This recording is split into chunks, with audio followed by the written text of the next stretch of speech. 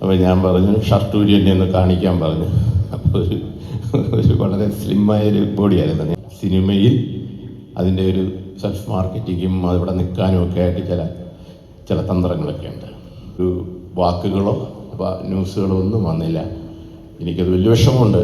അതുകൊണ്ട് തന്നെ ഞാൻ തന്നെ വേണോ ഇനി അതിലും വലിയൊരു പടമായിട്ട് വരേണ്ടതെന്ന് ചിന്തിക്കുകയാണ്. വന്നിരിക്കും സിജുവിന് വേണ്ടിയിട്ട്. സമയത്ത് ഇതിൻ്റെ ഡയറക്ടർ അഭിലാഷേട്ടൻ എൻ്റെ അടുത്ത് സംസാരിച്ചു. ഞങ്ങളൊക്കെ ചെറുപ്പം തൊട്ടേ ഒരുപാട് ആരാധിച്ചിട്ടുള്ള ഒരു ഡയറക്ടർ മലയാള സിനിമയ്ക്ക് ഒരുപാട് പരീക്ഷണങ്ങൾ നൽകി, അതും ആ നൽകിയ പരീക്ഷണങ്ങളെല്ലാം തന്നെ സൂപ്പർ ഹിറ്റാക്കി മാറ്റാൻ ഒരു പ്രത്യേക കഴിവും പ്രത്യേക ഒരു എനർജിയും വേണം. അപ്പൊ അങ്ങനെയുള്ള ഒരു വ്യക്തിയുടെ സാന്നിധ്യത്തിൽ, അല്ലെങ്കിൽ അങ്ങനെയുള്ള ഒരു വ്യക്തി തന്നെ ഇവിടെ അദ്ദേഹത്തിന്റെ സിനിമ അതിന്റെ ടൈറ്റിൽ അനൗൺസ് ചെയ്യുന്നു, അല്ലെങ്കിൽ അതിന്റെ ടൈറ്റിൽ ലോഞ്ചിങ് നടത്തുന്നു എന്നത് അവരെ സംബന്ധിച്ച്, അല്ലെങ്കിൽ ആ ഒരു സിനിമയുടെ ക്രൂ മെമ്പേഴ്സിനെ സംബന്ധിച്ച് ഒരുപാട് സന്തോഷമുള്ള ഒരു കാര്യമാണ്.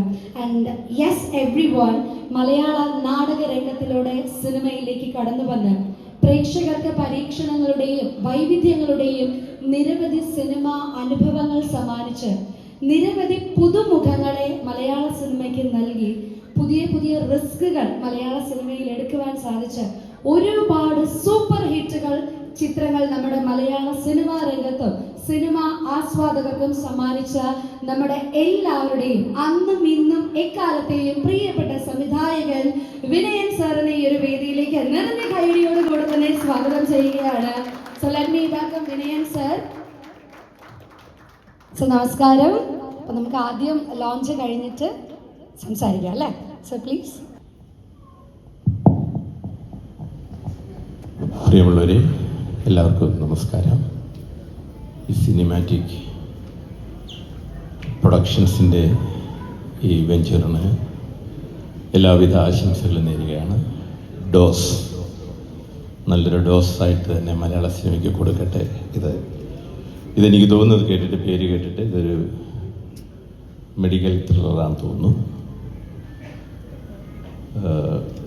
അഭിലാഷിൻ്റെ ഒരു എന്താ പറയുക, ഒരു പരീക്ഷണ ചിത്രമാണിതെന്ന് തോന്നുന്നു. അഭിലാഷിന് എല്ലാ വിജയങ്ങളും നേരുന്നു. നിർമ്മാതാക്കൾക്ക് എല്ലാ വിജയങ്ങളും നേരുന്നു. തീർച്ചയായിട്ടും നല്ല സിനിമകളെ പ്രേക്ഷകർ രണ്ട് കൈ നീട്ടി സ്വീകരിക്കുന്ന ഒരു സമയമാണിത്. ആരഭിനയിക്കുന്നെന്നോ ആര് ഡയറക്റ്റ് ചെയ്യുന്നെന്നോ ഒന്നുമല്ല, നല്ല പ്രോഡക്റ്റ് ഓഡിയൻസിന് കിട്ടിയാൽ അവർ അക്സെപ്റ്റ് ചെയ്യുന്നൊരു അവസ്ഥ ഇന്നുണ്ട്, പണ്ടത്തെ പോലല്ല. അപ്പോൾ അതിനൊരു ചേഞ്ചായിട്ട് തന്നെ ഡോസ് വളരെ ഡിഫറെൻ്റായിട്ട് വരട്ടെ. ഇതിൻ്റെ എല്ലാ ക്രൂവിനും ഞാൻ ആശംസ അർപ്പിക്കുകയാണ്. പിന്നെ ഒരു അടിപൊളി സ്റ്റണ്ട് മാസ്റ്റർ കേട്ടിരിക്കുന്നല്ലേ, കല. എൻ്റെ കഴിഞ്ഞ പടത്തിലെ കല ഫുള്ള് വർക്ക് ചെയ്താണ്. അവസാനം അഭിനയിക്കാനാണില്ല, എന്നിട്ട് അഭിനയിപ്പിച്ചു സ്റ്റണ്ട് മാനായിട്ട് അല്ലേ. ഓക്കെ, നിങ്ങൾക്ക് എല്ലാവർക്കും ക്രൂവിന് ഞാൻ നന്ദിയും സ്നേഹവും ആശംസയും അർപ്പിക്കുകയാണ്. ഗോപി സുന്ദറിനെ പോലുള്ളൊരു അടിപൊളി മ്യൂസിക് ഡയറക്ടറാണ്. അപ്പോൾ പിന്നെ ഇതിൻ്റെ ഹീറോയാണ് എൻ്റെ സിജു വിൽസനാണ് എൻ്റെ ഹീറോ.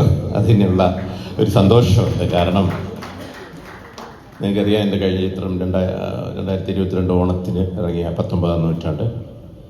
ഞാൻ ഒത്തിരി പുതിയ ആൾക്കാരെ കൊണ്ടുവന്നിട്ടുണ്ട്.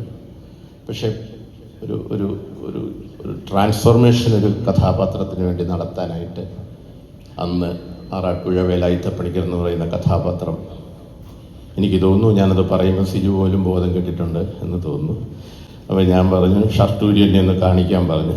അപ്പോൾ ഒരു വളരെ സ്ലിമ്മായൊരു ബോഡിയായിരുന്നു. ഞാൻ പറഞ്ഞു, സാർ ഞാനിത് 6 മാസം വേലായുധപ്പണിക്കരാക്കും എന്ന് പറഞ്ഞു. എനിക്ക് തോന്നുന്നു 3 മാസം കഴിഞ്ഞപ്പോൾ സിജു വന്ന് അല്ലേ ഒരു ഷോ കാണിച്ചു, ഭയങ്കര. അപ്പോൾ അതാണ് ഒരു ട്രാൻസ്ഫോർമേഷൻ, ഒരു ക്യാരക്ടറിന് വേണ്ടി സിജു മാറിയത്. പിന്നെ കുതിരപ്പുറത്തൊക്കെ നിങ്ങളിത് കണ്ടു കാണും, ചാടി വന്ന് യാതൊരു സപ്പോർട്ടും ഇല്ലാതെ ഓടിക്കയറുക അല്ല, ഞെട്ടിച്ചു കളഞ്ഞു നമ്മളെയൊക്കെ. അപ്പം അത് മാത്രമല്ലല്ലോ, അതിനകത്ത് ആക്ഷനും ഒക്കെ ചെയ്തു മാത്രമല്ല, ഒരു ചരിത്ര കഥാപാത്രത്തെ നമ്മുടെ നാട്ടിൽ സൂപ്പർ സ്റ്റാറുകൾ മാത്രം ചെയ്ത് അത്തരം ഫിഗേഴ്സ് അത് ചെയ്ത് കണ്ടിട്ടുള്ള നമ്മളെ ഒരു കൊച്ചു ചെറുപ്പക്കാരനെ വെച്ചിട്ട് അത് ചെയ്തിട്ടത് കയ്യടി മേടിച്ചു എന്നുള്ളിടത്താണ് സിജുവിൻ്റെ ആർട്ടിസ്റ്റ് എന്നുള്ള നിലയിൽ സിജുവിൻ്റെ ഒരു കഴിവ് ഞാൻ പറയും. അവിടെ വലിയ ചർച്ചയായി, അത് വിജയമായിരുന്നു ആ ഓണത്തിന്. പക്ഷേ സിജുവിന് ഞാൻ വിചാരിച്ചത് കഴിഞ്ഞ് സിജു നമ്മുടെ നിന്നും കിട്ടത്തില്ല, വലിയ കയ്യിൽ നിന്നൊക്കെ പോകും, ഭയങ്കര ഒരു ആക്ഷൻ ഹീറോ ആയിട്ട് മലയാളത്തിൽ മാറും. എന്തുകൊണ്ടോ അതുണ്ടായില്ല. അതാണ് സിജു സിനിമ. അഭിനയിക്കാനും ട്രാൻസ്ഫോർമേഷൻ നടത്താനും മാത്രമല്ല, സിനിമയിൽ അതിൻ്റെ ഒരു സെൽഫ് മാർക്കറ്റിങ്ങും അവിടെ നിൽക്കാനും ഒക്കെ ആയിട്ട് ചില തന്ത്രങ്ങളൊക്കെ ഉണ്ട്. ഇപ്പോൾ സിജു അതുപോലൊരു വലിയ സംഭവം ചെയ്തിട്ടും സിജുവിനെ ഒരു എന്താ പറയുക, ആ ചെയ്ത എഫർട്ടിന് അനുസരിച്ചുള്ള ഒരു വാക്കുകളോ ന്യൂസുകളോ ഒന്നും വന്നില്ല. എനിക്കത് വലിയ വിഷമമുണ്ട്. അതുകൊണ്ട് തന്നെ ഞാൻ തന്നെ വേണോ ഇനി അതിലും വലിയൊരു പടമായിട്ട് വരേണ്ടതെന്ന് ചിന്തിക്കുകയാണ്. വന്നിരിക്കും സിജുവിന് വേണ്ടിയിട്ട്, അതിനുള്ള പ്ലാനുണ്ട് കേട്ടോ ഗോപി, അതിനുള്ള പ്ലാനുണ്ട്. ഒരു വലിയ ചിത്രം പ്ലാൻ ചെയ്യാൻ നമ്മൾ വരുന്നതാണ്. ഡോസ് അതിനു മുമ്പ് എൻ്റെ ആ ചിത്രത്തിന് സപ്പോർട്ടാകട്ടെ എന്ന് ഞാൻ വിചാരിക്കുന്നു. എല്ലാവിധ ആശംസകളും എല്ലാവർക്കും നേരുന്നു. Thank you.